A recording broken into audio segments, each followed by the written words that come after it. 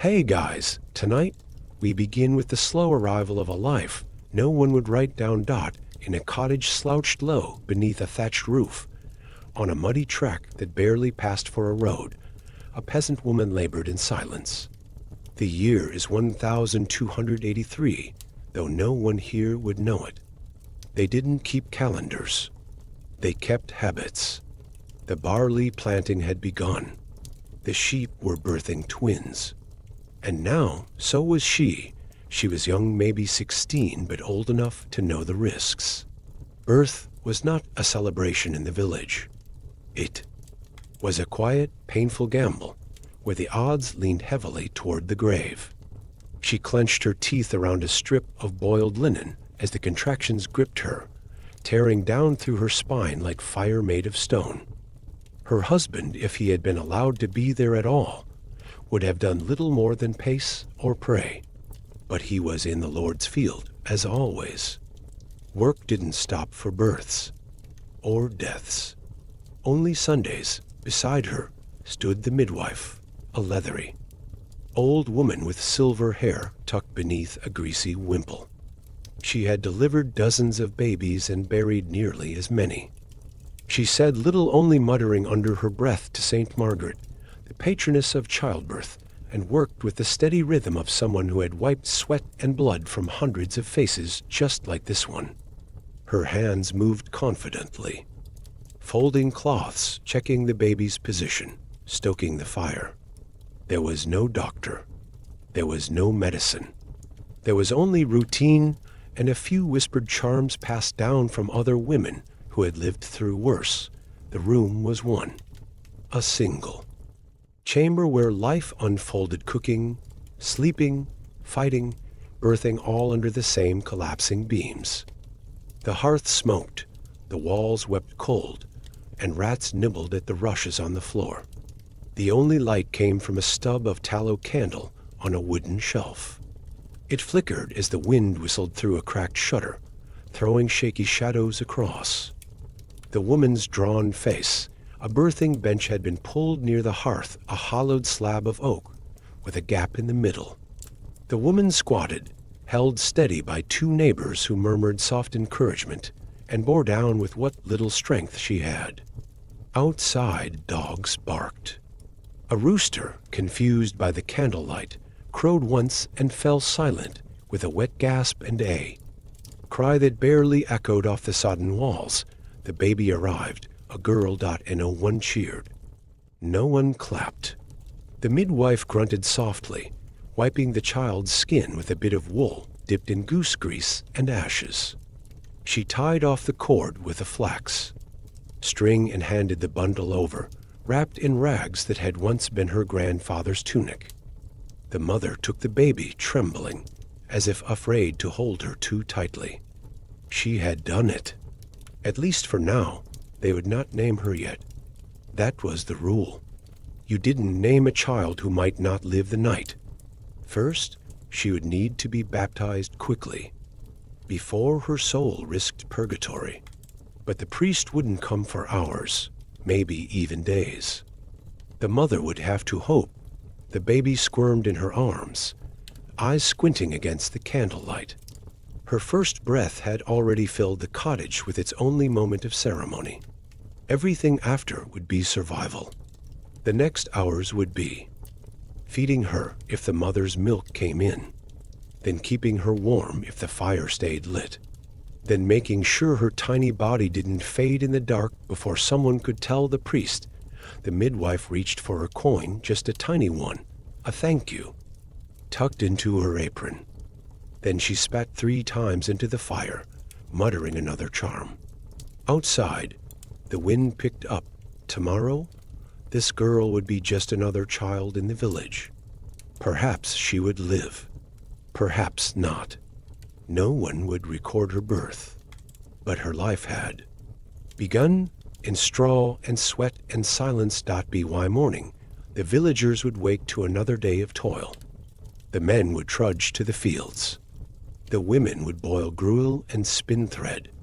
Life would continue muddy, steady, and unnoticed, and in one damp corner of one forgotten village, a newborn girl would sleep, swaddled in rags, wrapped in nothing.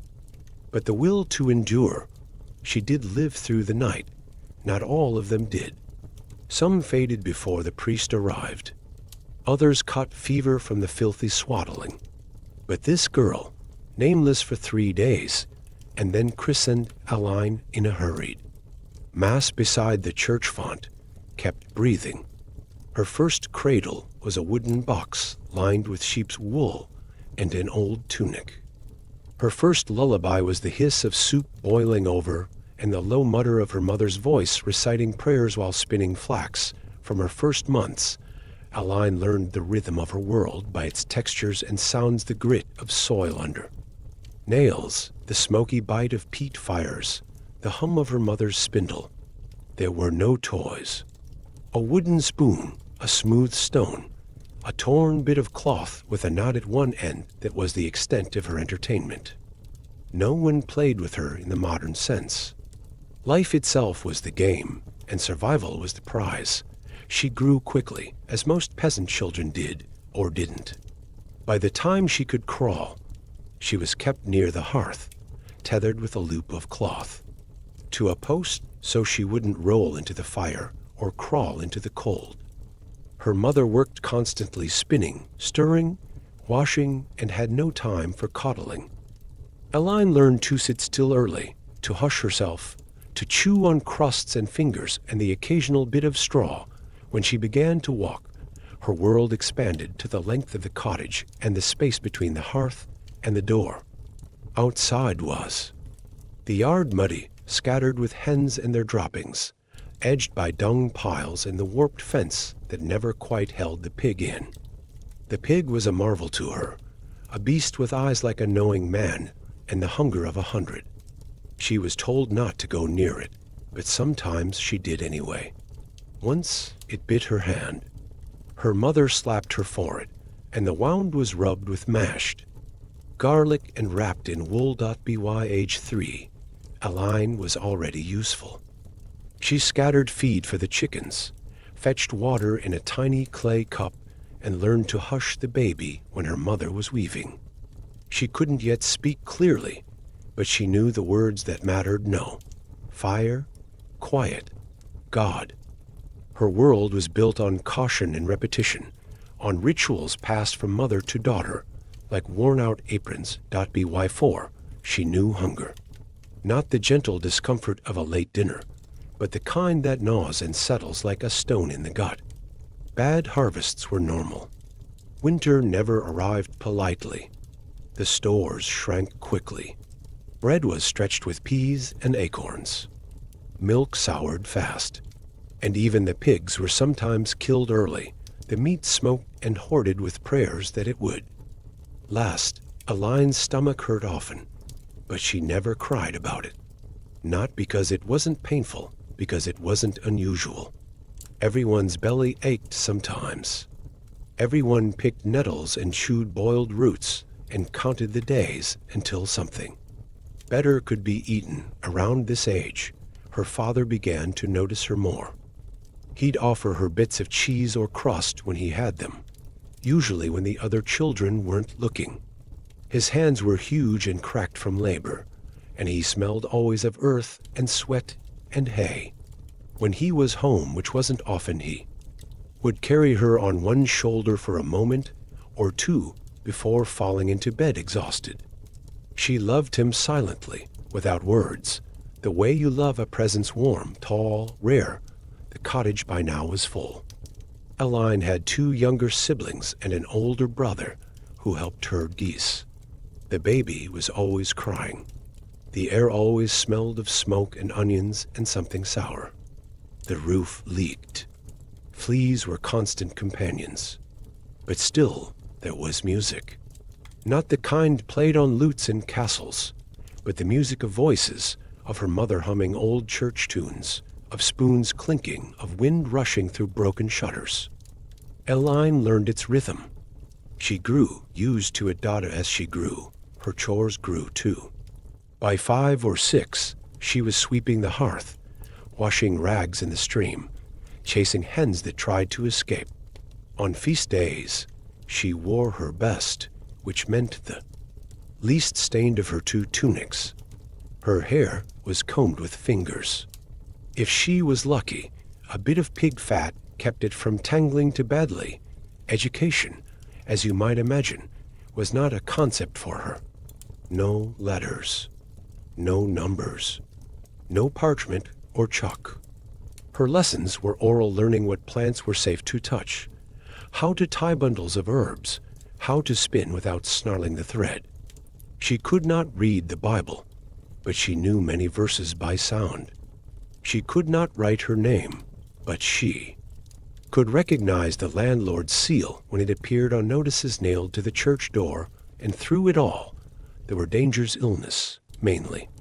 Fevers that came with no warning, swelling that lingered, coughs that wouldn't leave. Sometimes, children disappeared overnight. Sometimes entire families. When this happened, the bells rang. People whispered, but work continued. Fields still needed tilling, animals feeding, bodies burying. Elyne's childhood passed not in seasons, but in chores watering turnips, plucking feathers, kneading dough, sweeping, sewing, shoeing FLIs. Play was rare. Laughter was soft. Childhood was not a time of joy. It was a waiting room for work, and yet there were moments. Her brother once carved her a tiny wooden horse. A traveling friar once gave her a plum. One winter, she saw snow fall for the first time, fat and silent, blanketing the pig pen and the thatch in magic. She had no words for joy, but she remembered those things. By the time she reached 7, she was considered nearly ready for field work. Her arms were thin, but strong. Her eyes were sharp. Her hands were already rougher than some grown women's in the village. She had survived infancy. She had become useful, and so another phase would begin beyond the cradle, beyond the hearth. Elyne would soon step into the open air, into the Lord's land, into the never-ending fields of barley and rye and toil. But what would it mean to become a child laborer at 7 years old? And what waited for her beyond her family's fence? By the age of 7, Elyne no longer smelled like milk or earth. She smelled like sweat, dung, and bread flour. Her limbs were weary, her cheeks hollow, and her feet always bare were thick-skinned from gravel and thistles. Childhood ended quietly in the medieval village, not with a ceremony, but with a task. Her first workday came in spring.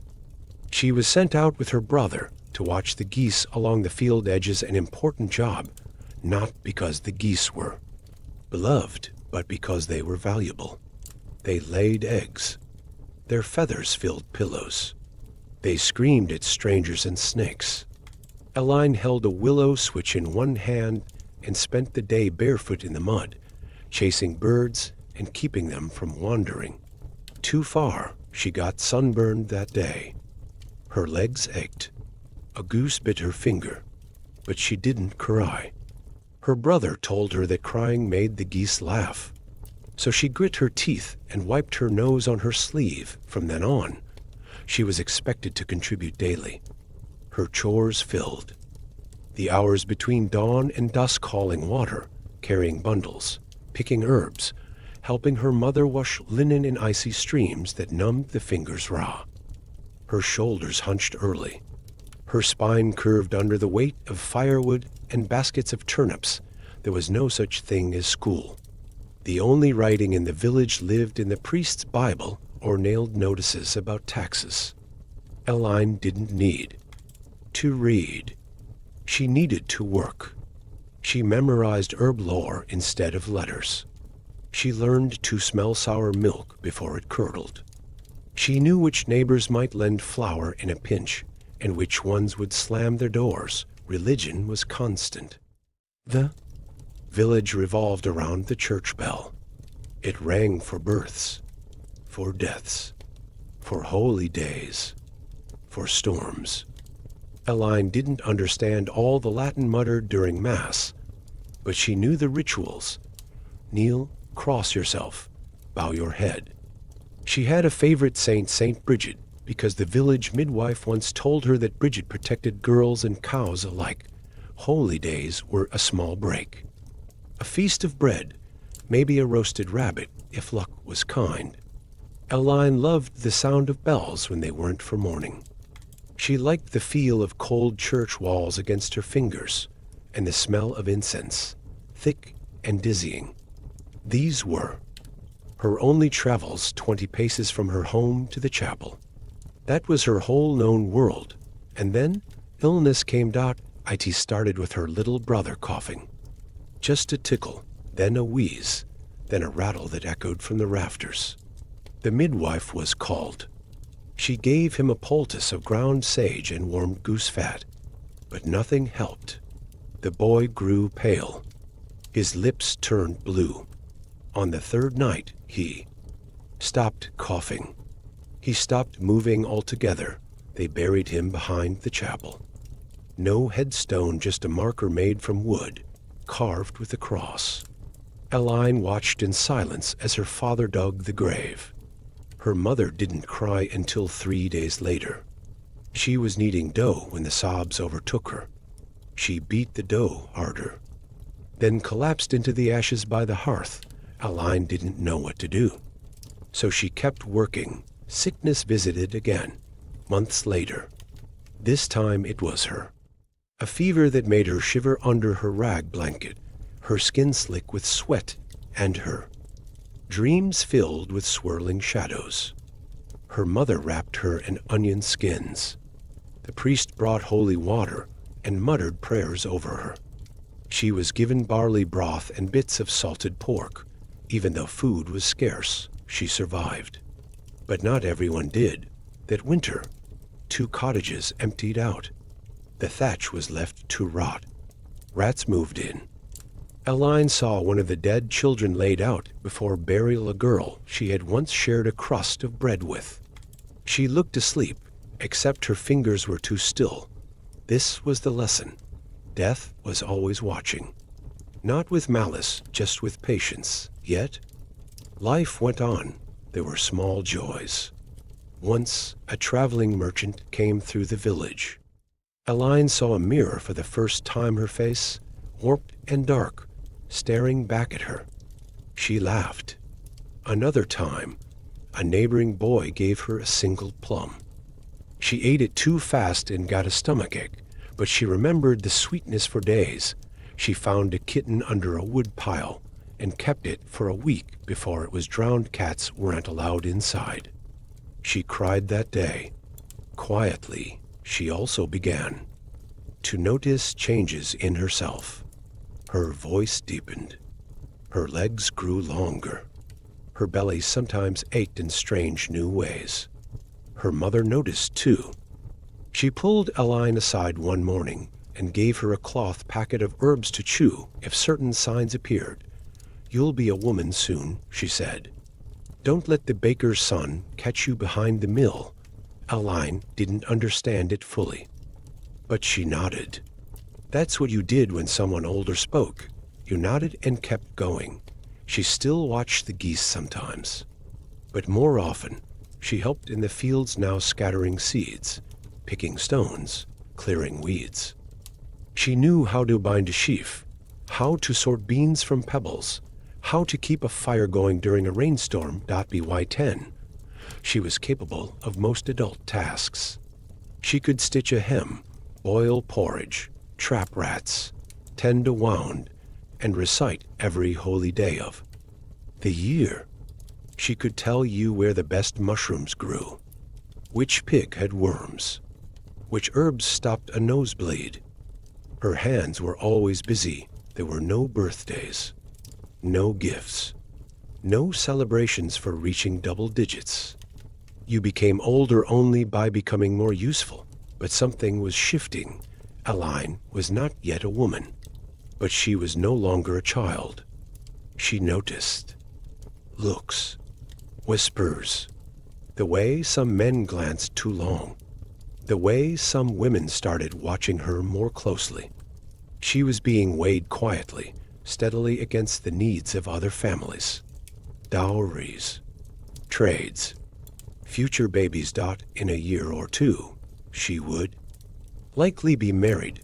That knowledge hung in the air like the scent of rain before a storm. Nothing was said, but everyone knew her childhood, such as it was ending. Her next chapter would begin in someone else's cottage, beside someone else's fire, perhaps cradling a child of her own before she even knew the sound of her own. Thoughts, but what did marriage mean for a girl like her? And what would it mean to become a wife when you barely understood what it meant to be a person? The geese were already awake. Their low honks echoed in the gray stillness before dawn, muffled by morning mist that curled between the cottages like forgotten breath. Elyne, now 11, pulled on her woolen over smoky and damp from last night's fog and stepped barefoot onto the frozen mud. Her feet, hardened from years of cold earth and thistle, barely flinched. This was her task now. One of many. But this one was hers alone. She had to take the geese out before the men left for the fields, before the sun dried the dew, before anyone else stirred enough to notice if one of the birds wandered off and didn't return. The flock was small, 10 birds, but each one could fetch good coin if fattened, plucked, and sold at Martinmas. Or worse, eaten too soon if a bad harvest returned. The geese knew her. They didn't trust her, but they knew her. She carried a long willow switch and a small cloth bag of barley grains she shook like a charm. A single command he up sent them waddling into motion, protesting with theatrical flaps and sidelong glances. They didn't go far. Just to the stubbled fields beyond the stream, where fallen grains and weeds grew between furrows. Elyne settled on a low stone, her switch across her knees, and began her watch.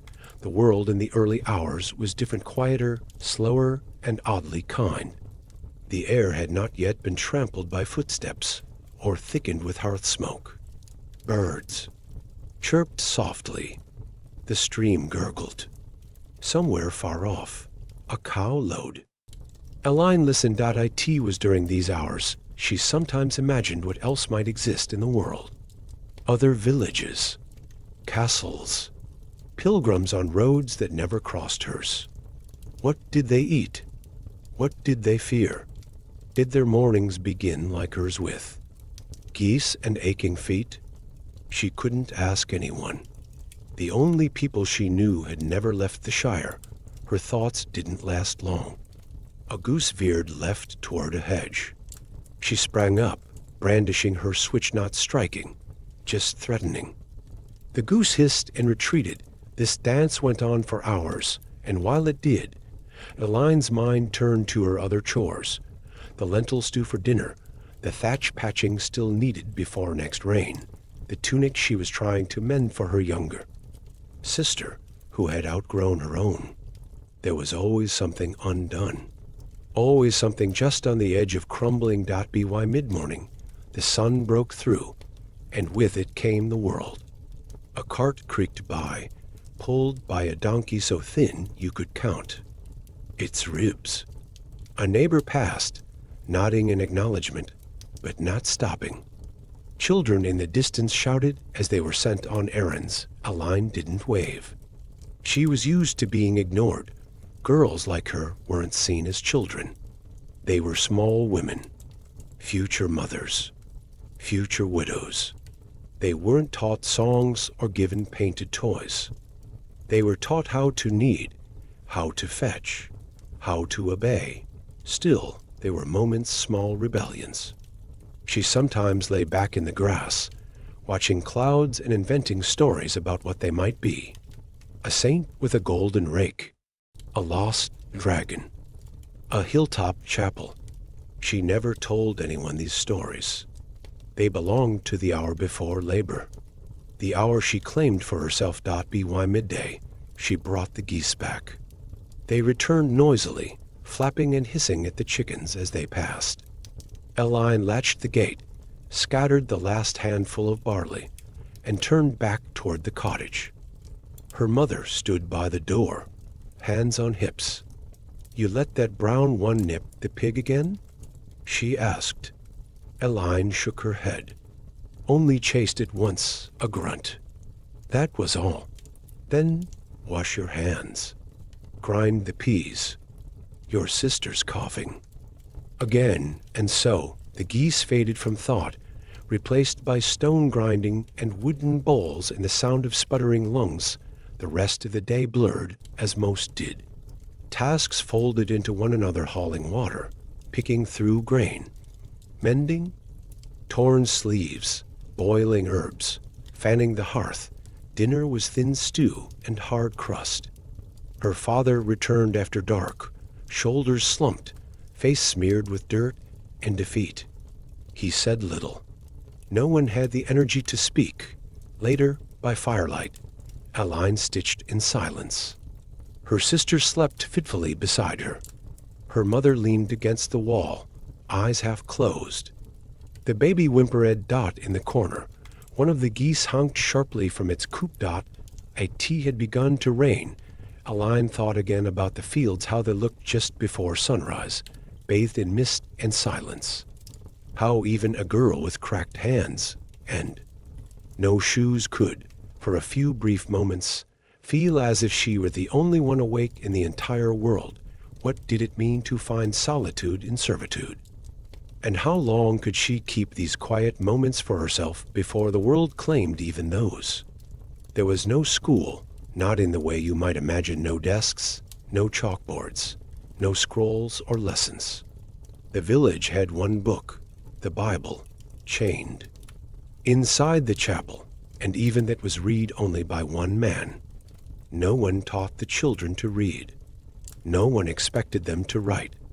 Learning happened in other ways. Still, there were rumors. Elyne had heard that in some places, children, mostly boys, were taught letters by monks, that a child who showed promise might become a clerk, might hold a pen instead of a pitchfork, might sleep on straw that wasn't shared with pigs. But those were far-away stories. In her world, such a thing was as distant as the moon. Elyne learned from her mother, from the women in the village, from repetition and correction. Learning was never declared, it simply happened. She learned to count not with numbers, but with rhythm. 3 scoops of barley for the stew, 2 turns of the rope for the bucket, 1 prayer said 3 times over a poultice to draw out fever. She learned to judge time by shadow and sound, the sun's angle on the doorframe, the cry of the crows, the tolling of the church bell at sext. When her stomach always growled, she learned weight by feel how much wool fit in a basket, how much flour to it before the dough turned to glue. And she learned silence, when to speak, when not to, when to bow her head and agree, even when her stomach turned with defiance. Once, a friar passed through the village. He noticed Elyne watching him as he read aloud a passage from Psalms, his finger tracing words she could not begin to understand. After the reading, she approached. "Can you show me what it says?" she asked, eyes fixed on the pages. He chuckled. "Words are for the church, child. You've other work to do." She nodded and backed away, cheeks burning. That was the end of it. Still she watched. She remembered the shape of the letters. She drew them in dirt with a stick when no one was looking. She traced them on her arm at night beneath the covers. She didn't know what they meant, but she knew they meant something. Sometimes she stole glances at the landlord's clerk when he came to collect rents. He wrote quickly, scratching his quill across parchment, muttering sums and names. She marveled at the way ink stained his fingers instead of soil. He left no smell of sweat behind him. His boots were clean. His tunic new. Elyne knew she would never be him. But something about that ink-stained hand stayed in her thoughts for days. Education in the village was practical. how to clean a fish without ruining the meat, how to dye wool using beetroot, how to twist twine from flax, how to pull a splinter with a needle sterilized in flame. These were the lessons that mattered. Letters would not help you patch a roof or save a lamb. Her brother once made fun of her for pretending to read a scrap of old cloth. She had sewn a few crude shapes into it, mock letters, imaginary lines. Think you're a priest now? He snorted. No, she said. Just. Wondered what it might feel like. He shook his head and walked away. The subject never came up again, but it stayed in her, this idea that knowledge might live somewhere outside of chores, outside of fields, outside of hunger. On Sundays, during Mass, she listened closely, not for the sermon, but for the rhythm of the Latin. She didn't understand the words, but she began to recognize them by sound. She whispered them to herself while spinning or hauling firewood. Ave Maria, Gloria in excelsis, Sanctus. Amen. Not lessons, but fragments, pieces of a world that almost but not quite touched hers. One winter evening, after supper, her father sat sharpening his blade by firelight. Elyne was stitching a tear in a sackcloth apron. She looked up and asked quietly, "Did you ever learn to write?" He paused. The stone scraped softly. "No," he said. "Didn't need to. What would I write? The barley's late? The tax is too high." She smiled a little. "Maybe about the geese." He chuckled once, deep in his chest. Then he fell quiet. After a moment, he added, "If you ever get the chance, learn what you can, but don't stop working. The world forgives clever boys, but it doesn't care for clever girls." It was the closest he ever came to encouragement. Still, Elyne held on to it. She continued to stitch. And after that, when she passed the chapel, she sometimes lingered. Not to pray, just to glance through the door at the chained Bible. Just to wonder. She didn't think she would ever read it, but she had learned other things. Things no book could teach. How to carry silence like a tool. How to endure without praise. How to learn from the rhythm of the world itself. But would any of that knowledge matter when her value, her future, was already being measured in chores completed, dowries negotiated, and wombs expected to bear? Elyne was 12 when she learned what punishment really meant. Not just a slap on the wrist for spilling milk or a harsh word for forgetting to stoke the fire, but the kind of punishment that settled in your bones. The kind that followed you, like the weight of wet wool on your shoulders. Long after the act had passed out, a tea began with bread. A loaf had gone missing from the communal oven. Each family took turns baking their dough there, and one morning a loaf was gone before the rightful family arrived to collect it. Accusations began almost immediately. Theft was not just shameful, it was dangerous. A village could survive drought. It could survive rats and hail and even death. But it could not survive distrust. No1 said Elyne's name directly. But her family was poor, and she had passed near the oven early that morning, fetching kindling. Her mother denied it fiercely. Her father stood silent. Elyne said nothing because there was nothing to say. She hadn't taken the bread, but she had seen who did. It was the blacksmith's youngest son, a boy with quick hands and quicker feet. She had watched him snatch the loaf and dart behind the chapel. But he was a boy, and she was a girl, and in villages like this one, boys ran free. Girls stood still when the elder asked her directly. Elyne opened her mouth and closed it. Her silence was enough. The punishment wasn't violent. No beatings, no stocks, just absence for 2 weeks. The village didn't speak to her. The baker wouldn't trade her flour. The friar looked past her during Mass. Children pulled their skirts away when she passed. It was a quiet exile, wrapped in polite stares and withheld greetings her siblings didn't understand. Her mother wept in private. Her father stayed away. Eventually, the blacksmith's son was caught stealing something else, an egg this time. The villagers realized their mistake, but no one apologized. The silence lifted. The greetings returned. Life resumed, but Elyne never forgot. From then on, she understood that justice wasn't something evenly poured. It was ladled out with a shaky hand, often spilling more on the ones already soaked. She returned to her chores, her fieldwork, her herb gathering. But something inside her had shifted.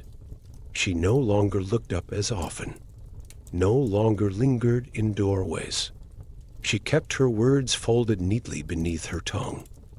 That same year, pestilence came. It wasn't the plague, not the great one that had once killed half the kingdom, but something else. Something quieter. Skin sores, tremors, vomiting. They called it camp fever or the sweating sickness. No one knew its name, only that it spread fast. The midwife was the first to go, then a shepherd, then the old woman who wove baskets and sold eggs. Elyne fell ill for 3 days, shaking, sweating, murmuring nonsense in her sleep. Her mother wiped her forehead with a damp cloth and muttered prayers to saints neither of them had ever spoken to before. The fever passed. Elyne lived. Her younger sister did not. They buried her beside the stream, where the rushes grew tall and soft. No priest, just her father with a shovel and her mother with red-rimmed eyes and a wilted posy of daisies. After the sickness passed, life did not return to normal. It settled into a new shape, one with more gaps, more silences, more ghosts. Children who had once played at the edge of fields were now gone. Some cottages stood dark. The village felt hollowed out, like an overbaked loaf crust, intact, but nothing inside. And yet, it continued. The geese still needed herding. The wool still needed spinning. The barley still needed cutting. Prayers became more frequent, not because faith grew deeper, but because fear did. The chapel, once half full on Sundays, now filled with villagers who recited with trembling voices. Elyne recited too, but quietly, carefully. Her prayers were not for salvation. They were for strength, for survival, for a life that might, someday, be more than work and worry and whispered warnings. She still stitched late into the night, still rubbed her cracked hands with animal fat to keep them from splitting, still memorized the shape of letters she could not read. But now she also listened to the shifting of feet during Mass, to the silence that crept between words, to the way people looked at each other when they thought no one noticed. She was growing, not in stature. She would always be small, but in awareness, in the quiet knowledge that the world would not make room for her unless she pushed gently, persistently, and without apology. By 13, she had survived illness, loss, punishment, and exile. She had worked nearly every hour of every day since she could remember, and soon she would be married. What kind of childhood ends not with a celebration, but with a contract? And how does a girl carry the weight of a woman's world before she's even known what freedom feels like? By the time Elyne turned 14, the whispers had already started. She's of age now, they said, over fence posts and well buckets, during harvest breaks and on feast days. Not with celebration, not even with judgment, just with certainty, as if they were commenting on the weather or the price of oats. There were no birthdays in the village, no candles, no cake, only the passage of seasons, the lengthening of skirts, the shifting of glances. And Elyne, though still thin and sharp-boned from too much labor and too little meat, had become by local reckoning a woman. She did not feel like one. Her body was changing, yes. Her hips had begun to widen. Her monthly bleeding had settled into its unpredictable rhythm. She had learned how to manage it quietly, with rags and ash, as her mother taught her no fuss, no sound, no shame. But none of this made her feel more grown. It only made her tired. Then came Garn. He was 16, the son of the baker, and already tall enough that he had to duck beneath the bakery lintel. His hands were always dusted in flour. His face, ruddy from standing too long near the oven, was kind if plain. He smelled of yeast and sweat and something warm, something rising. He spoke to Elyne first near the bakehouse, early in the morning, while the village still slept and the ovens radiated waves of comforting heat. She was passing by with a bundle of kindling on her back. He leaned against the doorframe, arms folded, chewing a crust of dark bread.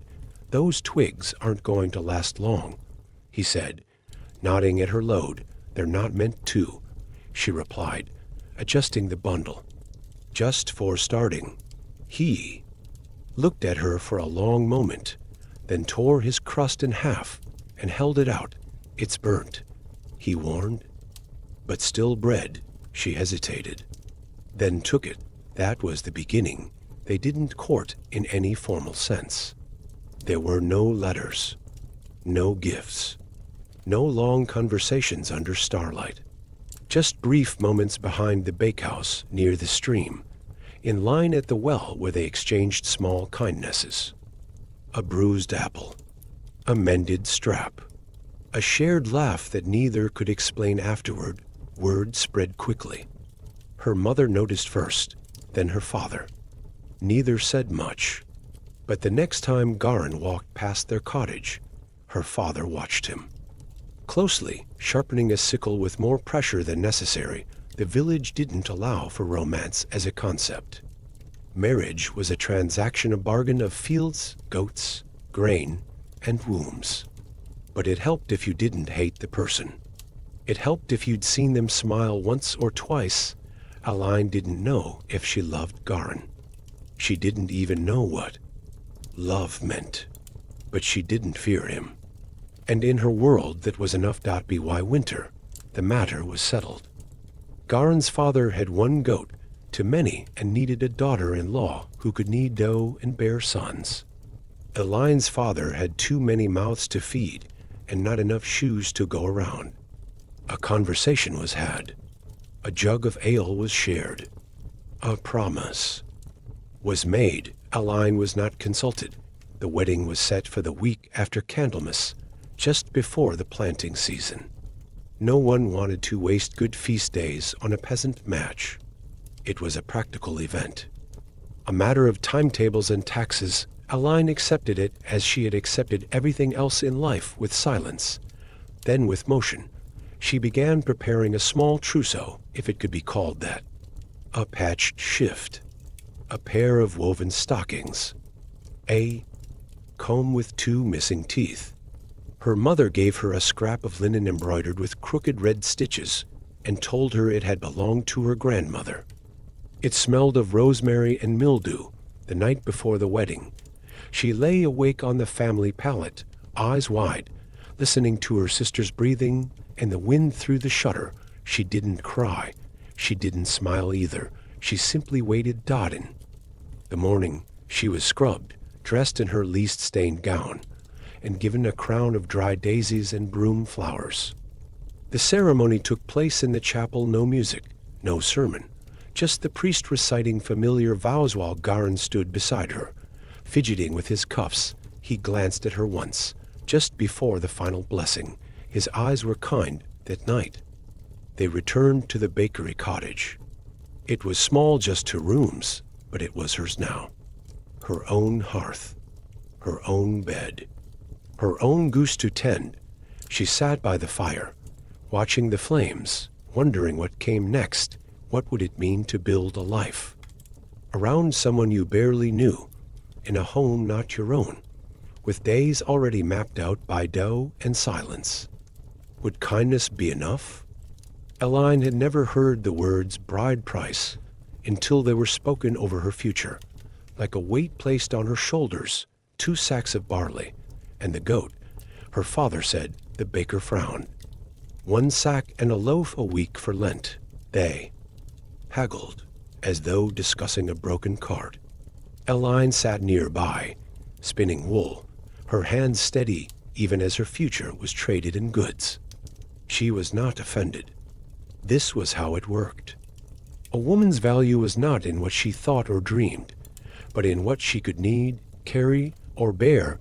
The final price was 1.5 sacks of barley, a goose at Michaelmas, and her first son baptized in the baker's name. And a one asked her. Opinion preparations began immediately. Her mother dug out an old shift and scrubbed it in cold water, muttering about stains that would never come out. Her sisters plucked wildflowers and dried them by the fire for her garland. A neighbor offered a half-used pot of honey to sweeten the bread for the post-wedding meal. Elyne prepared herself, not with joy, but with precision. She trimmed her nails. She oiled her hair with bacon fat. She stitched the torn hem on her second-best tunic and soaked her feet to soften the calluses. A lifetime of sweat and survival couldn't be hidden, but it could be scrubbed, buffed, and arranged into something that resembled a bride. The wedding day was cold, the sky heavy with snow that hadn't yet fallen. Elyne's hands shook, not from nerves, but from the ache of early spring chill. She stood at the chapel doorway, the garland of daisies now dry and brittle in her hair. Garin waited inside, looking nervous, his best tunic too tight around the shoulders. The priest recited the vows quickly. A few neighbors watched from the chapel benches. No one wept. No one clapped. The village midwife hummed quietly and nodded. When it was done, after the blessing, Garin took Elyne's hand and led her to the baker's cottage. There, a small table had been laid with broth, bread, and a single slab of pork. The meal was shared in silence. Then the guests left. It was time for the bedding. This was tradition, not just a private moment, but a public threshold. The community watched not the act, but the lead-up. The neighbors escorted the couple to the bedroom door, lit by a single beeswax candle. The midwife laid a sheet on the bed and whispered a joke that Elyne didn't hear. A jug of ale was placed on the bedside table, alongside a crust of bread and a small sprig of juniper. Elyne undressed in the shadows, her back turned to the onlookers, her cheeks burning. Garin did the same. The door was closed. They were alone. What happened that night wasn't romantic, but it wasn't cruel either. Garin was gentle, awkward, quiet. They spoke little. He touched her hair like he didn't know what to do with it. She lay still, as she had been taught. It was over quickly. She bled, as expected. In the morning, the sheet was shown to the midwife, who nodded approvingly, and told Elyne to drink nettle tea to help with the soreness.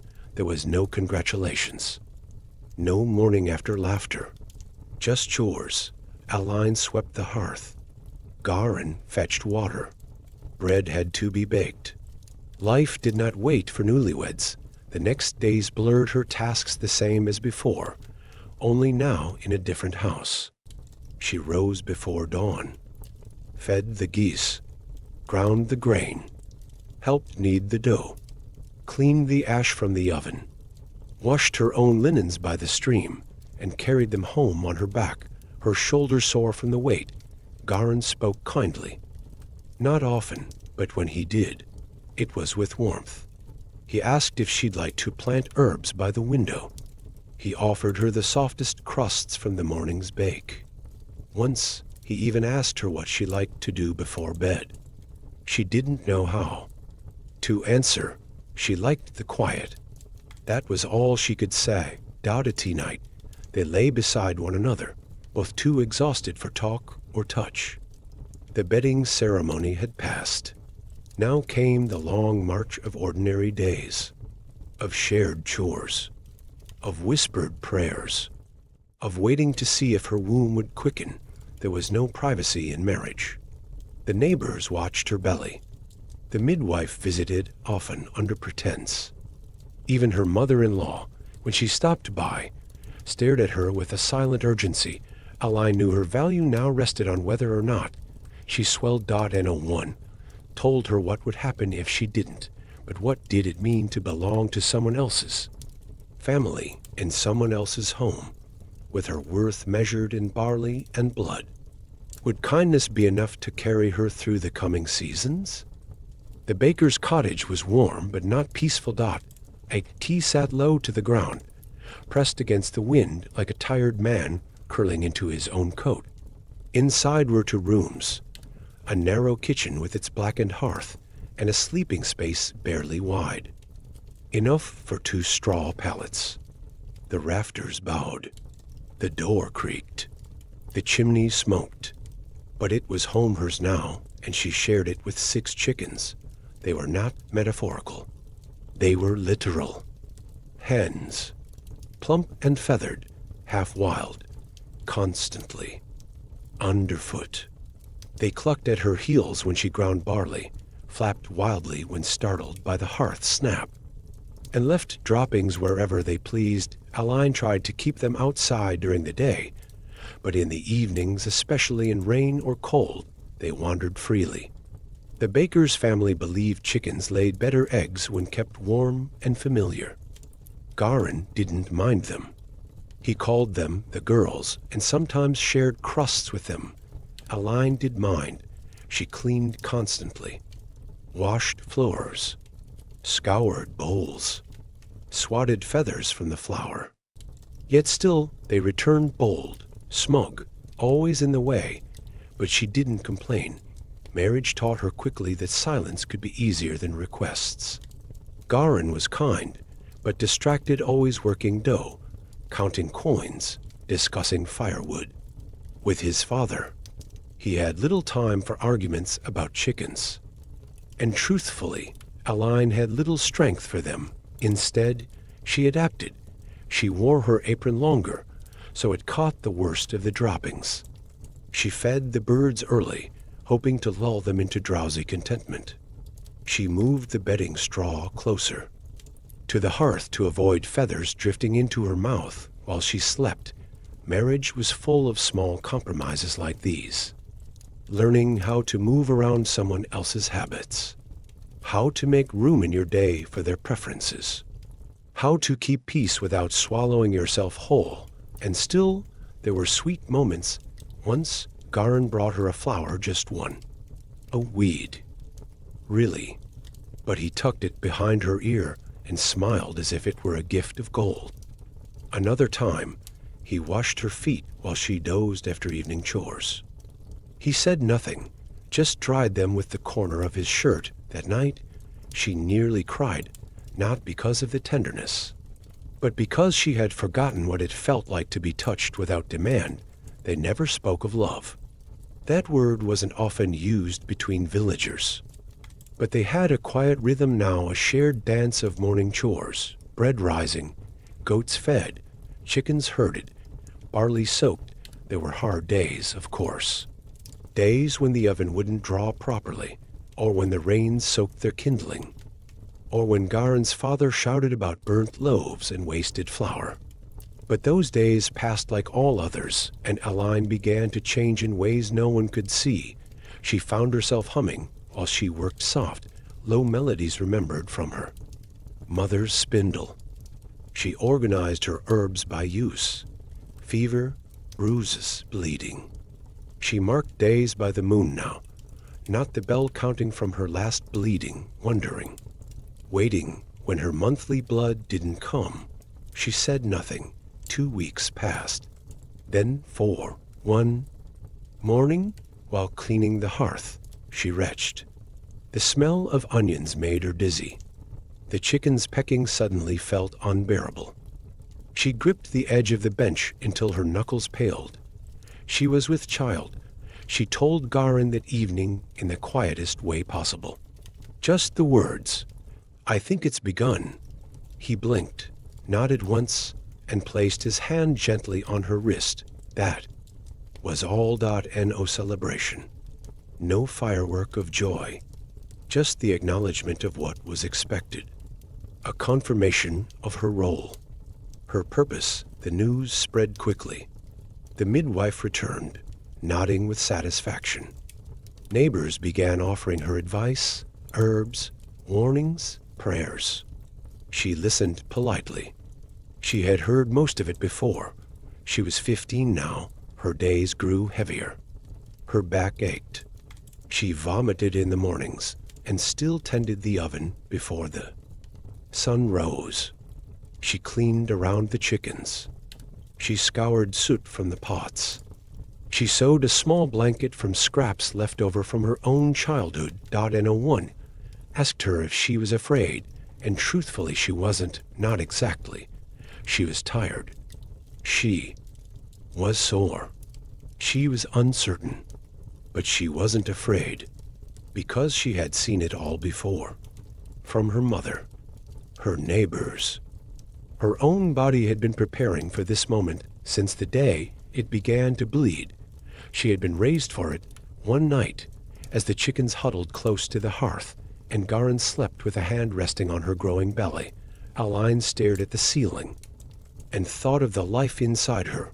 Would it be a boy, strong and steady like Garin, or a girl, small and silent and sharp like herself? And would she, too, grow up chasing geese before sunrise, spinning wool, kneading dough, and walking the same muddy paths her mother had? Would her child inherit the cottage and the chickens and the ache, or something more? And if this was the beginning of a new life, then what part of her old one would survive? The bell rang before the sun rose. Not the church bell this one was. Smaller, older, strung on a crooked post outside the Reeves hut. When it rang, it meant labor. It meant bodies in the fields, tools in hand, eyes fixed downward. It meant no questions. Just movement. Elyne woke with it, already sore before she moved. She was 16 now. Her belly had grown and shrunk her. Child, a boy, was nearly 1. He had survived the first year, which was a kind of miracle. The village midwife said so aloud, patting Elyne's arm and nodding like she had anything to do with it. But Elyne knew the truth. It wasn't miracles. It was constant watching, constant feeding, constant fear. But today, the boy was with her mother, and Elyne was summoned to the Lord's field. This was not new. Peasants did not work only there. Own plots they owed days to the manor, to the grain of others, to the endless demands of rent, tax, and duty. This was boon work, mandatory and unpaid. Its wages paid only in continued permission to exist. Garin was already gone. He had left earlier to mend a collapsed section of the Lord's bakehouse. The baby had cried. The chickens had scattered. Elyne had barely eaten. Her feet were cold, her stomach sour. But she put on her shoes, wooden clogs, worn thin, and tied her hair beneath a linen cap. The field was nearly a mile away. She joined the other women and a few older boys on the path, each carrying sickles and spades, wrapped bundles of cheese, and hunks of bread to last the day. No one spoke. The road was muddy, the mist low, and their faces already dull with the knowledge of what was ahead. The Lord's grain fields stretched flat and wide, bordered by hedges too thin to keep out the cold. The overseer was there, tight-lipped, sharp-eyed, with a wooden tally in one hand and a stick in the other. He barked once and gestured. They got to work. Elyne took her place in the line, knee-deep in damp soil, and began to cut barley, thick with dew. The stalks bent stubbornly beneath her grip. Her hands, already blistered from baking, bled again. Her back throbbed by the second hour. By the fourth, her thighs burned. She paused only when the bell rang again for a brief rest. She drank. sour cider from a goatskin, ate bread so hard it hurt her teeth, then resumed. The sun finally rose, but offered no warmth. The day stretched long and hard, unchanging. Birds circled. A dog barked somewhere distant. A boy was struck across the shoulder for resting too long. The overseer kept count with silent scratches on his tally stick. Elyne did not cry. She didn't groan. She simply moved. Because that was how you survived, you didn't complain. You didn't question why the grain grown here wouldn't feed your family. You didn't ask why you owed days to a man you had never spoken to. You didn't pause to think about what might be different. You worked. It wasn't always this hard. There were days on their own small plot tending vegetables, feeding chickens, repairing fences that didn't break the body so deeply. Days when Garn whistled while kneading, when the baby giggled in the dust and clapped his hands at the geese. Days when Elyne laughed without knowing she'd done it, but Boone work didn't allow for those. The sun climbed higher, then began to fall. Her arms trembled as she bound another sheaf. Her knees cracked each time she knelt. A nearby girl vomited from exhaustion. The overseer barely glanced. This was ordinary. By dusk, the field was partially cleared. The work would continue the next day, and the next, until the barley stood in bundles, until the carts came, until the taxes were taken and the rest divided unevenly, unfairly, and without discussion. Elyne's hands were red and stiff, her legs numb. She didn't remember the walk home, only the taste of onion broth that night and the warmth of the baby's breath against her shoulder. She slept hard, dreamless, and the next morning the bell rang again. What did it mean to work every day of your life and never once see the fruit of your labor? And how long could one body carry the weight of a world built on obligation? The tax man always arrived on a Tuesday. Not every Tuesday, just the ones that made sense to him. There was no schedule, no warning, no parchment pinned to the chapel door. Only the sound of hooves on the village path and the uneasy silence that followed. Elyne knew the sound well. By now she was 17, her child nearly walking, her second pregnancy already showing in the swell beneath her apron. The days blurred together: dough, dirt, sweat, nursing, stitches, and always the worry of what was owed. That Tuesday, the tax collector came with 2 clerks and a guard. All were mounted.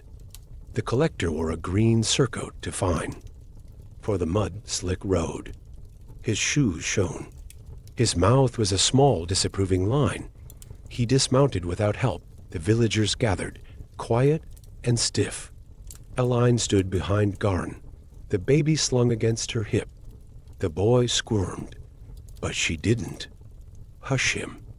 She wanted the tax man to hear how alive he was. That life here was real, not a number in a ledger. The collector began his tally: 1 goose, half a pig, 2 sacks of rye, a portion of wool, 10 eggs, 1 loaf per week. In perpetuity, he spoke without looking at the people. His clerks recorded. His guard watched. When he reached Elyne and Garn, he paused. "You've added land," he said, glancing at the new fence Garn had built from scrap. Garn opened his mouth, but Elyne placed a hand on his arm. "It's not ours," she said calmly. "We've been mending it for the reeve." On instruction, the clerk raised an eyebrow. The guard shifted. The collector didn't argue. He moved on. Afterwards, the villagers dispersed slowly, shoulders hunched.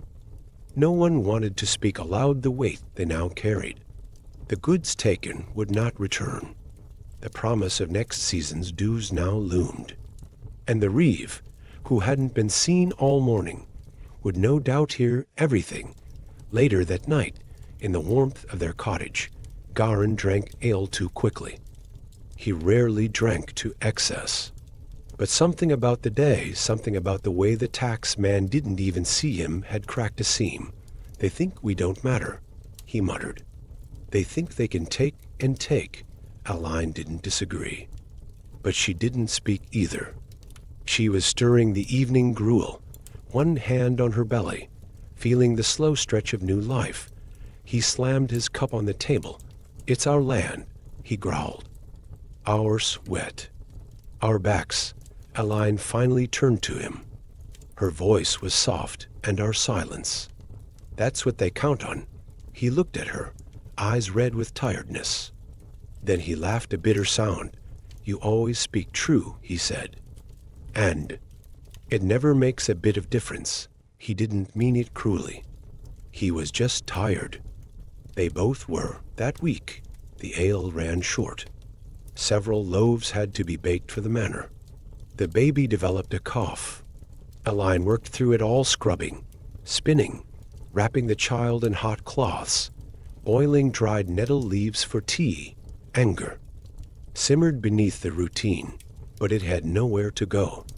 There were no revolts here, no torches, no speeches, just the dull, daily erosion of dignity.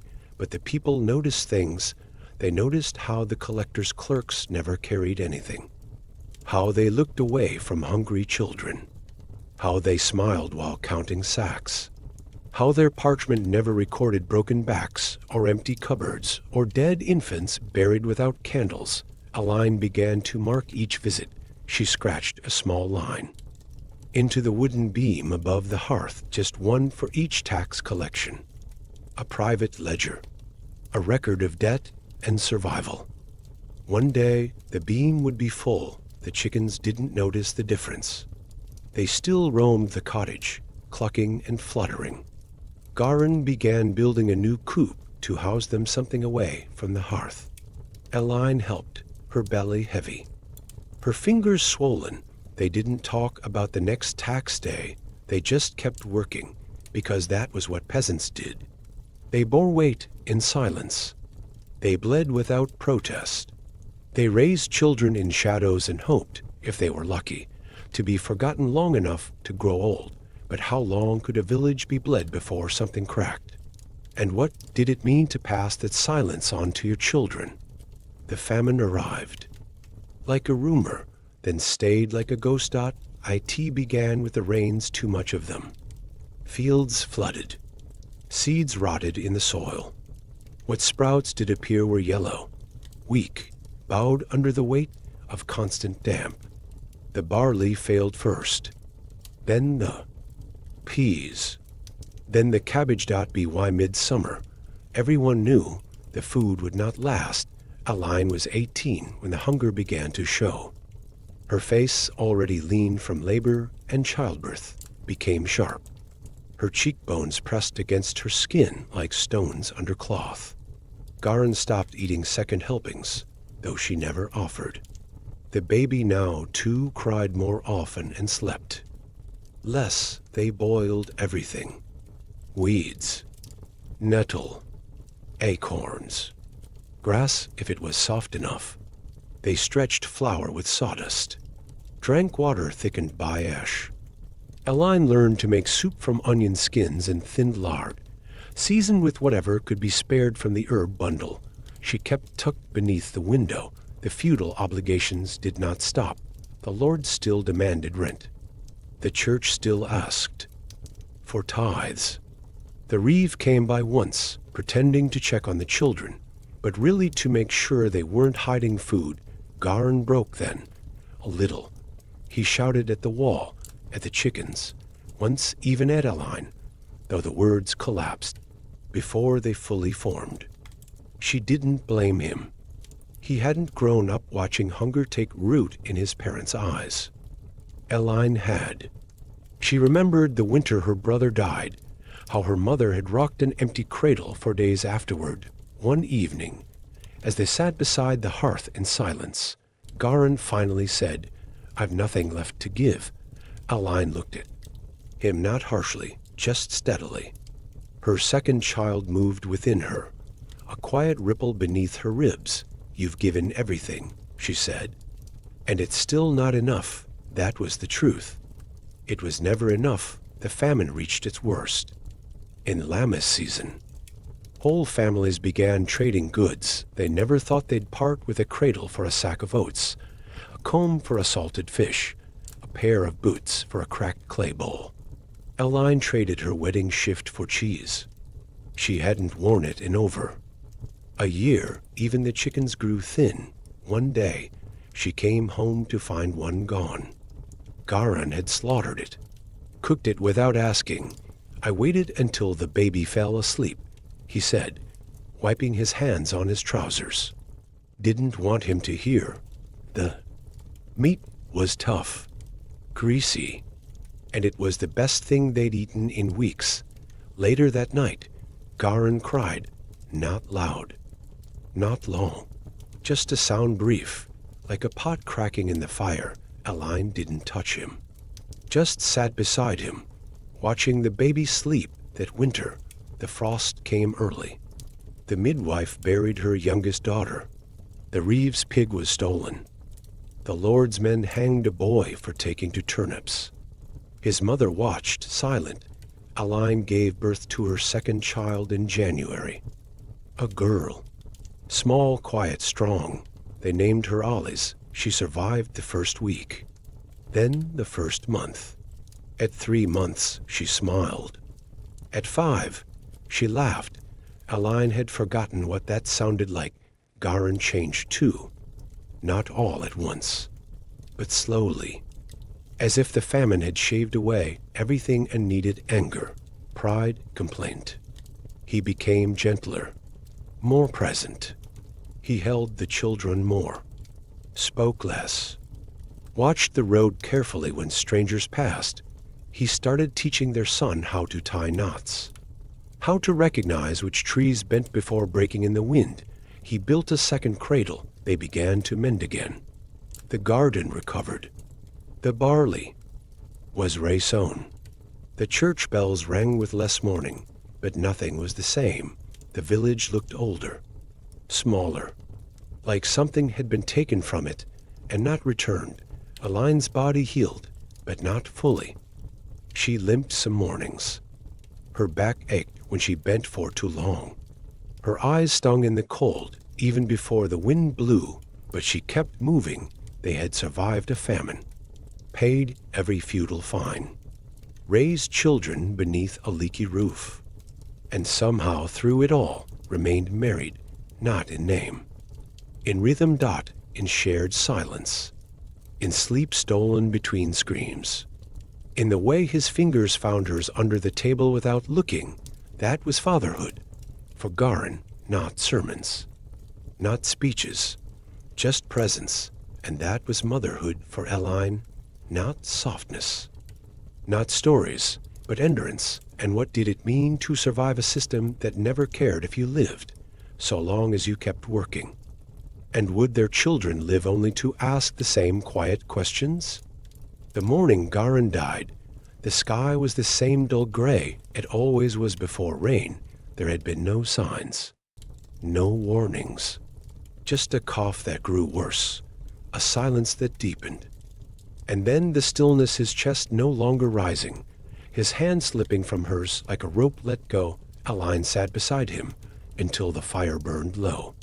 Then she stood, stepped outside, and through the kitchen waste to the pigs. Life did not stop. It had never stopped for birth, or for famine, or for plague. Why would it stop for death? She wrapped his body in their wedding sheet, the same one that had once been hung above their bed, to prove the match was consummated. It was old now, threadbare and yellowed, but still soft from use. She folded it with care. There was no coffin, only a shroud. The village gravedicker came before noon. He muttered a prayer. The children stood nearby, her eldest holding the toddler's hand. Neither cried. They had already learned what mourning looked like. Quiet, cold, brief. The church bell rang once. N01. asked how she was. No one needed to. Widowhood in the village was not a dramatic state. It was a practical one. It meant fewer coins, fewer rations, more suspicion. Women alone were watched closely by the reeve, by the baker, by other wives. As if grief might make them dangerous, Elyne returned to the cottage, sat by the hearth, and stared at the floorboards. The chickens clucked nearby, oblivious. The baby, now too, asked where Da had gone. Elyne did not answer. That night, she did what she had always done. She worked. She pulled her old spinning tools from beneath the bench. The wheel was warped. The loom creaked. But they functioned. Her hands remembered them like they remembered Garen's fingers without thinking. Thread by thread, she began to weave. She wove into the night, candle flickering low. The baby slept. Her son stared into the flames, asking no questions. Spinning was the one thing she could still trade, even as a widow, even without a man. Cloth was needed, always. For tunics, for caps, for burial shrouds, she wove wool. Then linen. Then scraps of dyed flax saved from before the famine. She traded her first finished cloth for onions and salt, the second for a jar of goose fat, the third she kept for Alice's winter shift. The loom became her second spine. When she could no longer carry, she wove. When she had no answers, she wove.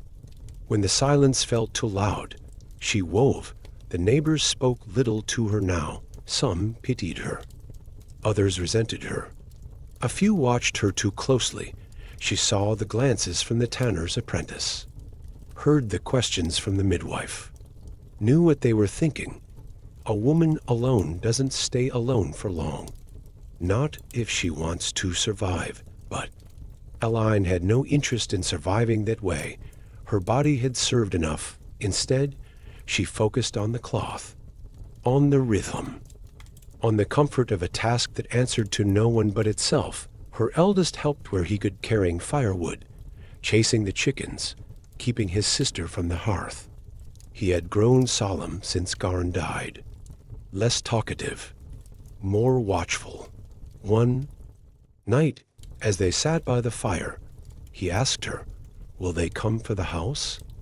She paused, then said, "Not if I keep weaving." It was only partly true. The house was technically her father-in-law's, but he had died the winter before, and no one had claimed it. Not yet, but claims could come. Claims always came. So she worked faster. She began weaving at night, after the children slept. She bartered for extra wool, dyed it herself, took orders from the wealthier wives, edging tunics, patching sheets, weaving bridal veils with pale threads and quiet hands.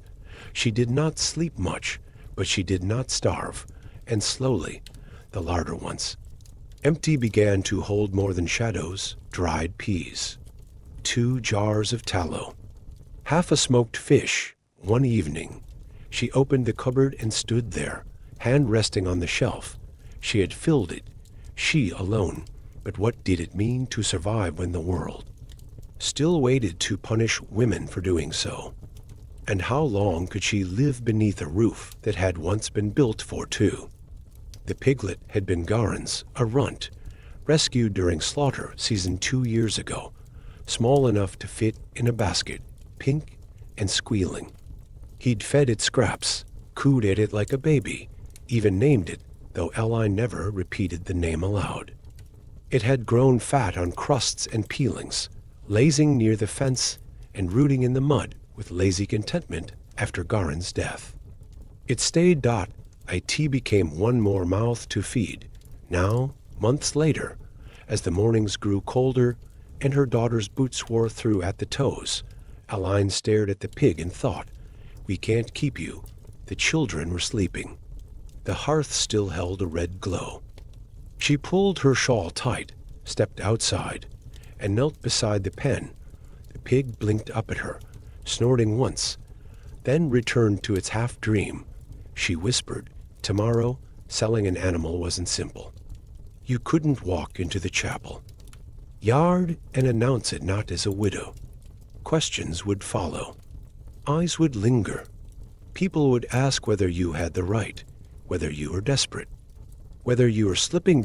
So she asked a favor from a girl who owed her 2 jars of elderflower jam. Quietly, without names, the next morning, before the sun rose, the piglet, now nearly full-grown, was loaded into a borrowed cart. Elyne's son, now almost 5, asked where it was going. To a different yard, she said. It's time. He nodded, not understanding. Not needing to. The sale happened near the mill, behind the carts and away from the path.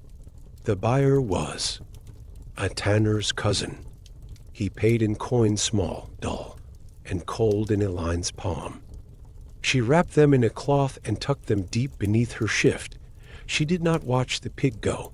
With the money, she bought salt, a pair of used shoes, and a comb for her daughter's tangled hair. She also traded for a new spindle, smaller than her old one, but smooth and balanced. It spun like breath that night. She lit 2 candles, one more than usual. The children noticed, but didn't ask. She let them have the last of the dried plums and a sip of watered cider before bed, after they'd fallen asleep. She sat alone and turned the coin pouch over in her lap. She counted it again, even though she already knew the total. It was not wealth, but it was hers.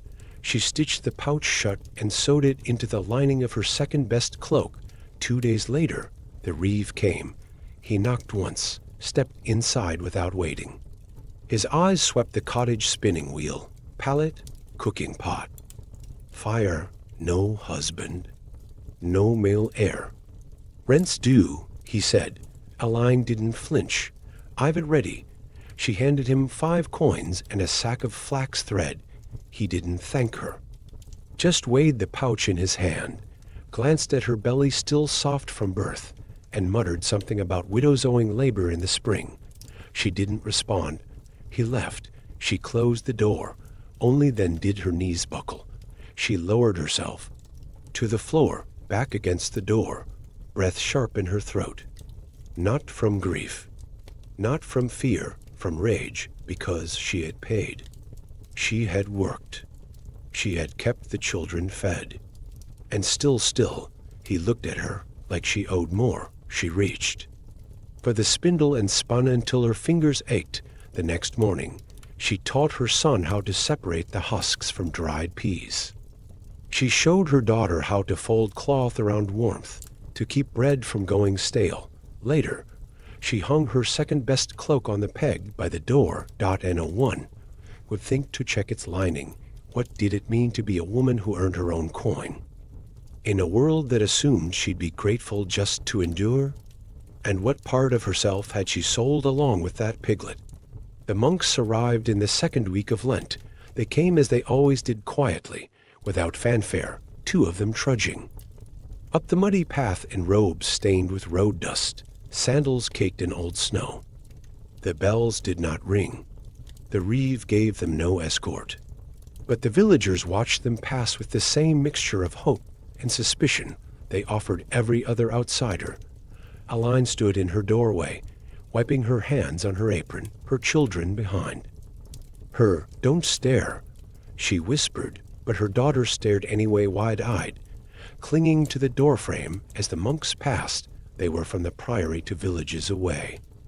Not rich monks, not abbots with gold-lined sleeves, but traveling brothers sent to remind the poor of God's mercy, or more often, to collect tithes, or sometimes to offer help. She didn't trust help. Still, she watched as they settled in the chapel. The taller one spoke to the priest. The shorter one, young enough to be barely older than Elyne, walked the path each morning with a satchel full of dried bread, old apples, and small rolled scrolls of prayers written in Latin no one here could read. He offered them door to door. A crust, a word, a glance upward. Elyne took none of it until the third day. The baby had developed a cough. Her son had outgrown his shoes again. The wind had picked up, and the last onion had begun to rot in the larder. So when the younger monk came to her door, Elyne opened it. He bowed. "Peace, sister, is there any?" she asked, not kindly. He blinked, then offered her a loaf. "Stale. Cracked for your children." She took it. "Not for herself, for them." He paused. "And for you if you'd like cloth." Cloth? He opened his satchel further. Inside, a folded piece of undyed linen. "Coarse but clean, I weave." She said flatly. He nodded. "Even the weavers need rest." She said nothing. He looked at the door behind her. "You're alone?" She stiffened. He caught her meaning and corrected gently. "I only meant without a husband." "Yes," she said. "He's dead. I'm sorry." She shrugged. He was tired. A long silence passed. The monk did not leave. Then he said, "Would you walk with me?" She almost laughed, but something in his eyes, calm, serious, not pitying, made her pause. So she stepped outside. They walked the length of the path to the chapel and back, not speaking for a while. Then he asked, "What do you want?" It was a strange question. No one asked widows what they wanted. They asked what they had, what they owed, what they could still give. Elyne said, "I want my daughter to have shoes. I want my son to never be hungry. I want the larder to stay full." "Just once." The monk nodded. "You'll have those things. Maybe not forever, but sometimes back at the cottage." She took the cloth, thanked him, and shut the door. That night, she fed the children with soup thickened by the stale bread. She tore the linen into smaller strips for rags, for wrapping, for comfort. She laid one under her daughter's head as she slept. Later, she sat at the loom and spun until her arms ached. The next morning, she returned the favor. She left a bundle of flax thread, good quality, at the chapel door, wrapped in a strip of her own weaving. No note, no name. She wasn't begging. She was trading.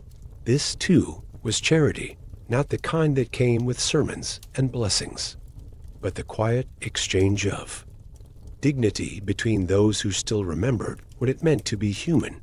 She received no thanks. But the next day, there was a candle waiting on her doorstep. Beeswax. Whole. She lit it that evening, long after the children had gone to sleep, and for the first time in weeks, she sat by the fire and didn't work. She just watched it burn. What did it mean to survive, not just with hands, but with grace? And could a widow, once invisible, still find a place in a world that had already moved on? Elyne was nearly 50 before anyone started calling her the old one. It didn't happen overnight. Age arrived in layers slowly, like snow settling on thatch. First, she noticed the mornings, how her fingers curled tighter in sleep, how her knees protested before her feet touched the floor. Then the light, how it dimmed too quickly by candle, how threads became harder to see. And then the villagers. They stopped asking for her help with heavy lifting. They started calling her blessed when she simply survived another winter. In truth, she had never expected to live this long. Most didn't. 2 of her siblings were buried before 30. Her own son had left the village at 19, taken by a merchant's train to work as a drover. He wrote once, then nothing. Her daughter, Elyne, still lived nearby, married now, with 3 children of her own. Elyne sometimes visited, sometimes watched them from her window when they ran laughing through the mud, but mostly she sat on the bench beside the village well. A tea wasn't much of a bench, just 2 stones and a plank, warped and mossy, perched beneath the crooked shade of a hawthorn tree. But it was hers, in the way old people claim corners of the world no one else wants. She sat there in the early afternoons, with her shawl draped tight and her spindle idle in her lap, watching the village drift around her like slow smoke. Children fetched water and played stickball in the lane. Dogs barked at pigeons. The blacksmith's apprentice passed by with a streak of soot on his nose. The reeve still strutted like a peacock, though his hair was thinning and his coat no longer fit. Elyne watched it all quiet, patient, unhurried. Sometimes other widows joined her. Old Mab, who had buried 3 husbands and still managed to laugh like a girl. Nan with the bad hip and louder opinions. Together they shared boiled sweets, sour gossip, and soft sighs about aching backs.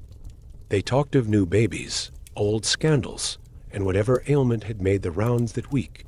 "She's been to the healer twice this month," Nan whispered once, glancing toward the baker's daughter. "And not for coughs, if you ask me," Elyne only smiled. She didn't say much anymore. She didn't need to. People spoke freely around her now, as if her age made her safe. As if time had carved her into a statue that could not repeat what it heard. She heard everything. Who was sleeping? Where? Who owed the tanner flower? Who had dreams of leaving though no one ever did? She stored it all like thread in a basket, winding it neatly for no real reason other than habit. Sometimes the priest joined her. Not for confession. Just for the quiet. "You sit like a crow," he said once, settling beside her. "Better than a goat," she replied. He laughed. They said the same things each week. That the barley was late. That the weather had turned. That God's mercy came in strange shapes. Elyne had stopped waiting for mercy, but she appreciated the quiet. There were hard days, of course. Cold mornings when her joints refused to move. Nights when sleep came only in small, shallow pools. Her teeth ached. Her hands trembled. Her sight dimmed, but there was also peace. No babies to nurse. No taxes to pay. No fields to till, just the spindle in her lap, the bench beneath her, and the soft murmur of village life passing slowly by. She no longer feared being forgotten. She had outlived fear. What did it mean to become part of the scenery in a place you once bled to survive? And how long could a woman stay useful simply by remembering? It was in the 4th week after Candlemas that Elyne heard the news. Her son had returned, not with fanfare, not with gifts, just with tired boots, an older face, and a small sack slung over one shoulder. A boy no longer now, a man hardened by roads, dust, and years without a roof of his own. She didn't run to him. She didn't cry when he stepped through her door. She simply said, "I kept your blanket," and he, with a voice deeper than she, "Remembered," replied, "It still smells like you." They ate boiled beans in silence. He had stories, some told easily, some left behind his eyes. He'd worked in a dozen towns, driven sheep, carted wine, served a merchant who beat his men with a riding crop. He'd seen cities tall, crowded, loud, but in the end, they'd spat him out like old gristle. And now he was back. I thought, maybe I'd buy land, he said. Raise pigs. Grow barley. She raised an eyebrow. He laughed. I know, in their village, land was not bought. It was inherited, leased, sometimes stolen, but never truly owned, not by men like them. Still, he tried. For months, he lived in the back room, chopping wood, tending the chickens, fixing the fence without being asked. He spoke little, but he worked, and the village watched, a strong man with no title, no claim, no wife. Soon the reeve took notice. He's staying long, the reeve said one day, stopping by the well while Elyne spun wool. Elyne nodded. He's my son. The reeve squinted at the sky. Strong back. He'd do well in the Lord's field. It wasn't a suggestion. It was the beginning of a debt. The next week, her son received a summons. Boon labor, they said. Just a day or two. He went. The week after that, another summons came. Then another. Soon he was in the fields every third day cutting, hauling, sweating beneath a sun that gave no mercy. He came home with his tunic soaked and his hands blistered. They say it's only for now. He told her once, unconvincingly, but Elyne had heard this story before. She knew what happened to men who labored without land. First, it was help. Then it was duty. Then it was chains of grain, of debt, of obligation. Serfdom wasn't always declared. Sometimes it simply settled. Her son grew quieter, leaner. His eyes lost their shine. He stopped speaking of leaving. One night, she found him sitting outside, staring at the moon, a splintered hoe across his knees. I thought the cities were cages, he said. But they were open, in a way. You could still walk away. Elyne sat beside him. You came back, she said. I thought I'd find something better here. You found me, she said simply. He smiled. A tired smile. One of recognition, not joy. She didn't stop him from working. She couldn't. But she began setting aside food. Extra thread. Tools he might one day need if when he left again. Because she still hoped, not for her sake, but for his. She'd spent her youth surviving. Maybe he could spend his growing. But what did it mean to return to your roots, only to find they've become shackles? And how long before you forget you were ever meant to run? Elyne was no longer certain of her exact age. Some said 58. Others guessed closer to 62. There was no record. Only memories stitched together, like scraps in a quilt. The year the priest drowned, the time the great frost split the well, the spring Ollys was born, the famine, the funerals, the child who vanished in the wheat field. Time, for Elyne, lived in bodies. Her own now bent and narrow as a willow twig. Her hands trembled. Her knees clicked. Her vision dimmed in the evenings. But her mind remained sharp. Sharper even than her needle, and she had begun thinking more often of St. Peter. It was a quiet thought. Not fearful, not desperate. Just steady, like the sound of spinning wool or the creak of the bench at the well. She'd long accepted. That death was a neighbor.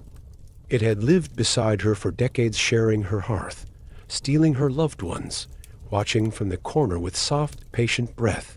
Now, at last, she'd begun to turn toward it. She didn't confess this to anyone. Not her daughter. Not the priest. Not even the other widows, who sometimes whispered about dreams or omens, or the ache behind the eyes that meant the end was near. Instead, she prepared, not with ceremony. With care, she washed all her cloth scraps and folded them neatly. She cleaned the hearth with extra salt. She wrapped her daughter's baby blanket in waxed linen and placed it under the bed. She mended her own shroud. It was simple undyed wool, soft from age, stitched with quiet hands on long nights. No embroidery, no lace, just warmth. She also began visiting the chapel more often, not during Mass, but afterward, when the pews were empty and the incense had faded. She sat in the back, near the cracked window, hands folded, eyes half closed. She didn't pray for mercy. She just remembered. The geese, the loom, Garen's laugh, her daughter's first cry, the famine, the piglet, the first coin she ever earned alone. One afternoon, the priest approached her quietly. You come more often now, he said. She nodded. He sat beside her. Anything you want to confess? She thought for a long time. then said, "No, I've done what I could. The rest belongs to God." He patted her hand. "That's a better sermon than I've ever given," she smiled. A small one, a week later, her daughter brought a basket of turnips and noticed the jar by the fire sealed, labeled in charcoal, to be used when the bells ring. It held dried rosemary, a twist of linen, and the coin to pay the gravediger, Alice. Said nothing, but when she left, her eyes were red. That night, Elyne sat by the fire with her spindle in her lap, the chickens roosting in the corner, the candle burning low. Her son was out tending fences, still working the land that never quite became his. She held the spindle loosely, then let it fall.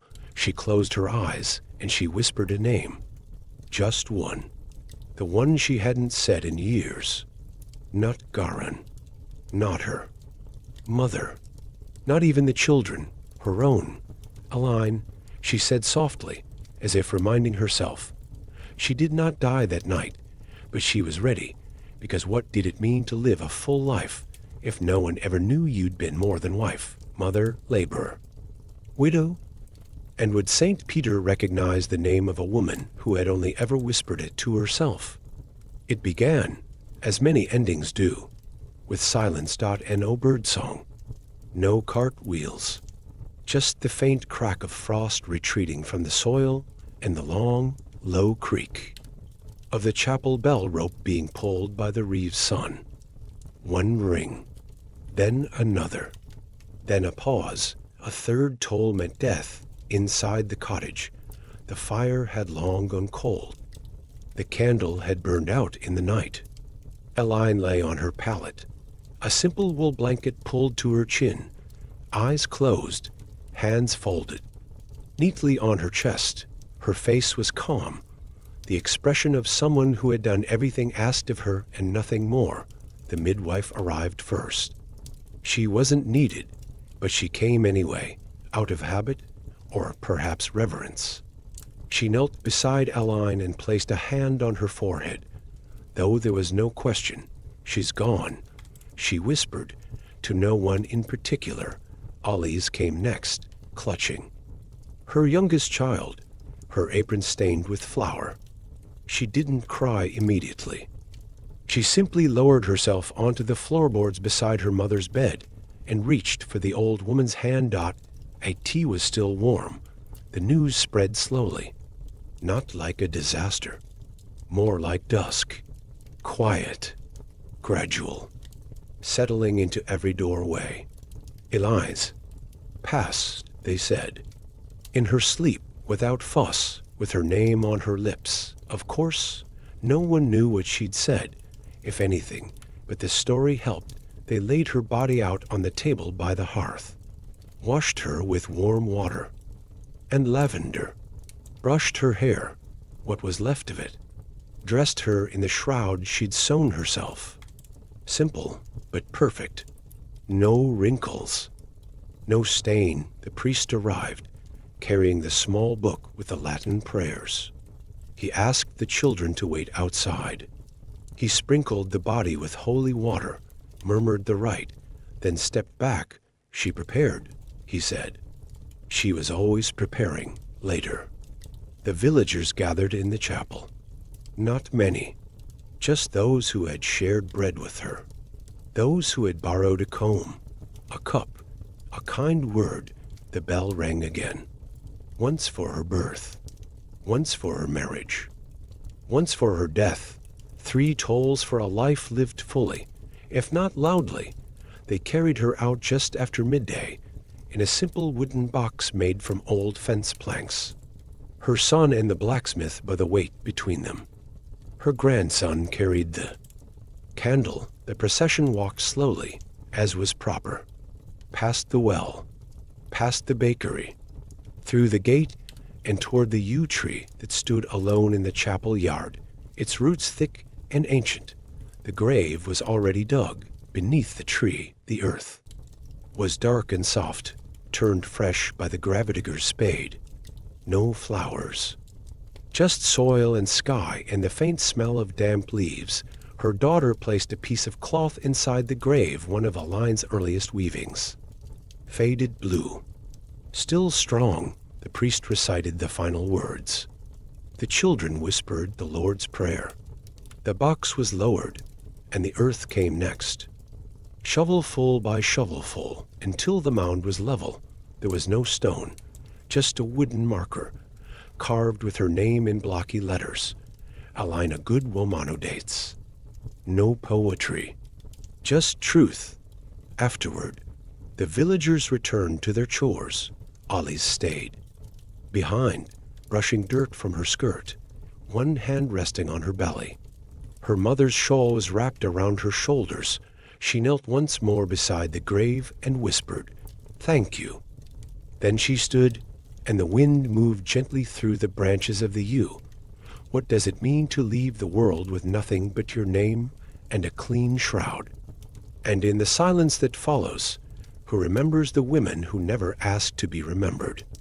The funeral was over, but the day was not dot in the village. Grief had its rituals, most of them shaped by hunger, not by him. The dead were laid to rest with care, but the living still had mouths to feed, chores to complete, children to hush. And after the burial came something even more sacred than prayer. The funeral meal. It was called the mercy bread, not because it was blessed, though sometimes it was, but because it was shared, given freely, carried from house to house in woven baskets and patched cloth bundles. Every family contributed something, no matter how small. Even those with barely enough offered a crust, a heel, a pot scraped clean. Ollie's received them all. Her arms filled quickly. Coarse loaves, turnip mash, dried pears, a clay bottle of watered ale, sealed with wax. A neighbor offered a sprig of rosemary for remembrance. Another, a wedge of hard cheese wrapped in linen that had once been part of a christening gown. She said thank you to each with a bowed head. There were no long speeches, no written eulogies, just bread. She set the food out in her mother's cottage on the same table where Elyne had once sewn shrouds and sorted herbs, where she'd taught her daughter to knead dough and shell peas. The table creaked under the weight of the offerings. Neighbors came and went. They sat on stools, stood in corners, leaned on the hearth. They drank slowly, ate quietly, spoke softly. She had strong hands, someone said, in a quiet way, remember. That winter, she kept her family fed on nettles and snow. She once fixed my apron with thread from her own hem. She never asked for anything and never left anything undone. The ale passed around in chipped mugs. The cheese was cut into careful slivers. The bread was dipped into stew that had been warming since dawn. No one left full, but no one left hungry. That was the measure of mercy. Children crept in too, clutching each other's hands, stealing bites, giggling when no one watched. One of them pointed to Elyne's spindle, still resting in its place near the hearth. She made wool from air. The girl whispered. Her mother shushed her, but Ollie's only smiled. Later, when the sun dipped low and the fire grew small, only a few women remained. The other widows. Nan with the bad hip, Mab who still laughed like a girl. They sat around the embers, sipping what ale was left, spinning stories from memory like threads. She never raised her voice, Mab said. Not once. No, said Nan, sipping. But she could silence a room just by looking at you. They chuckled softly, then fell into silence again, as if afraid to say more. Finally, Ollie stood. She carried a plate to the window and tossed the crusts into the yard for the birds, she said. And for the dead, it was an old custom bread for the souls, crumbs for the crows. You couldn't be sure who might still be hungry. That night, she stayed in her mother's bed. The blankets still held her scent: lavender, wool, and wood smoke. The children curled at her sides. The candle burned low, and outside, The wind shifted gently through the bare trees. She did not cry, but as she drifted to sleep, she reached under the bed and placed her hand on the woven cloth tucked beneath, still. Warm.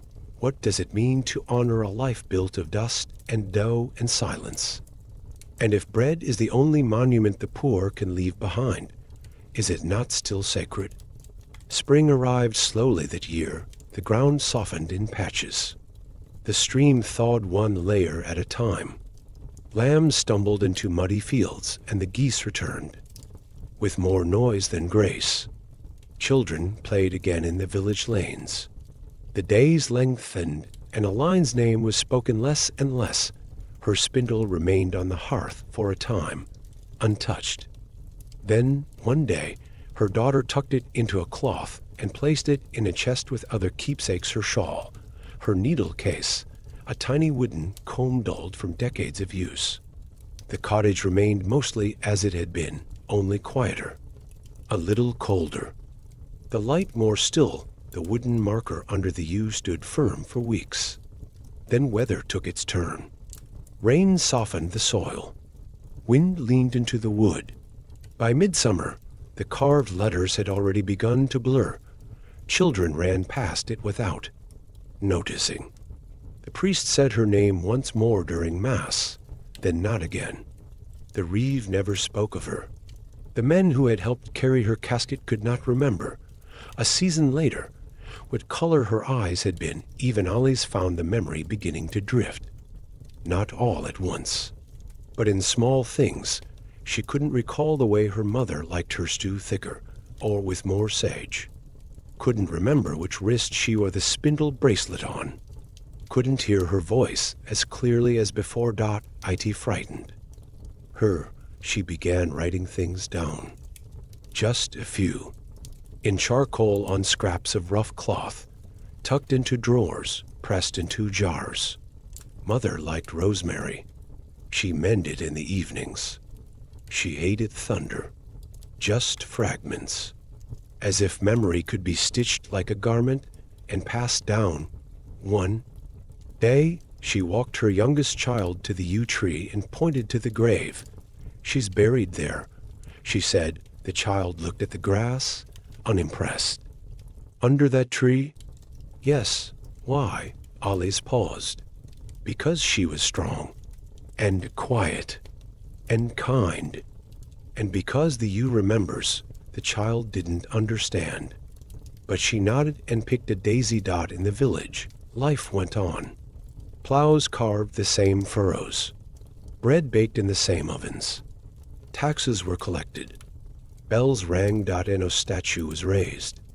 No song was sung, but one evening, years later, when her granddaughter grown now sat by the same well bench where Elyne once sat, she overheard a woman say, "My mother still tells me how Elyne could quiet a baby just by humming." And another said, "They say she spun thread fine enough to pass through the eye of a sparrow."